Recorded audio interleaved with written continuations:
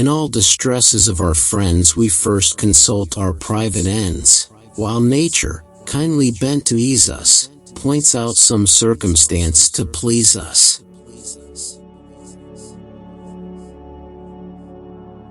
A true critic, in the perusal of a book, is like a dog at a feast, whose thoughts and stomach are wholly set upon what the guests fling away, and consequently is apt to snarl most when there are the fewest bones.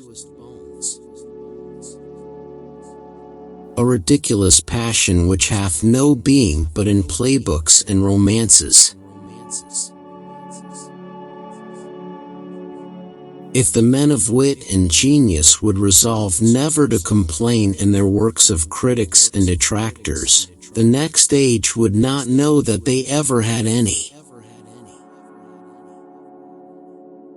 Blot out, correct, insert, refine, enlarge, diminish, interline.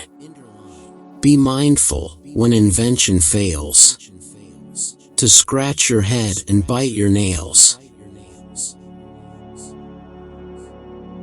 One principal object of good breeding is to suit our behavior to the three several degrees of men, our superiors, our equals, and those below us.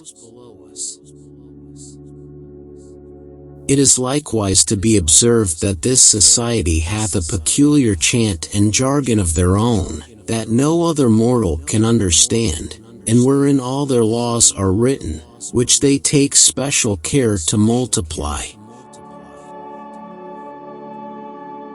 I will venture to affirm that the 3 seasons wherein our cornes miscarried did no more contribute to our present misery than one spoonful of water thrown upon a rat already drowned would contribute to his death, and that the present plentiful harvest, although it should be followed by a dozen ensuing, would no more restore us, than it would the rat aforesaid to put him near the fire, which might indeed warm his fur coat, but never bring him back to life. This single stick, which you now behold ingloriously lying in that neglected corner, I once knew in a flourishing state in a forest. It was full of sap, full of leaves, and full of boughs. But now, in vain does the busy art of man pretend to vie with nature. By tying that withered bundle of twigs to its sapless trunk, it is at best but the reverse of what it was. A tree turned upside down, the branches on the earth, and the root in the air.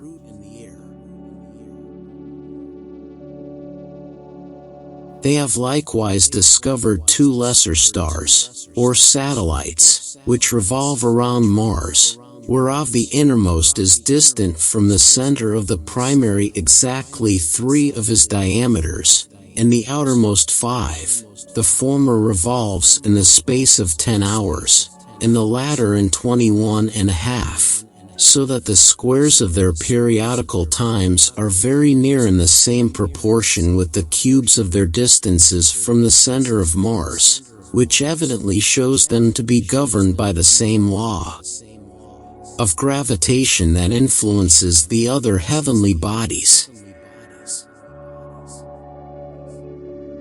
Possession, they say, is 11 points of the law.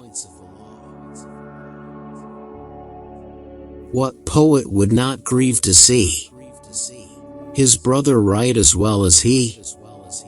But rather than they should excel, he'd wish his rivals all in hell. Who excels in what we prize appears a hero in our eyes. Each girl, when pleased with what is taught, will have the teacher in her thought. A blockhead with melodious voice in boarding schools may have his choice. The scholars of Ireland seem not to have the least conception of style, but run on in a flat phraseology, often mingled with barbarous terms. There are certain common privileges of a writer, the benefit whereof, I hope there will be no reason to doubt, particularly that where I am not understood, it shall be concluded that something very useful and profound is couched underneath, and again, that whatever word or sentence is printed in a different character shall be judged to contain something extraordinary either or wit of sublime. An English tongue, if refined to a certain standard, might perhaps be fixed forever. Rebukes are easy from our betters, from men of quality and letters. But when low dunces will affront, what man alive can stand the brunt? When we desire or solicit anything, our minds run wholly on the good side or circumstances of it. When it is obtained, our minds run wholly on the bad ones. The power of fortune is confessed only by the miserable, for the happy impute all their success to prudence or merit. In church your grandsire cut his throat, to do the job too long he tarried. He should have had my hearty vote to cut his throat before he married.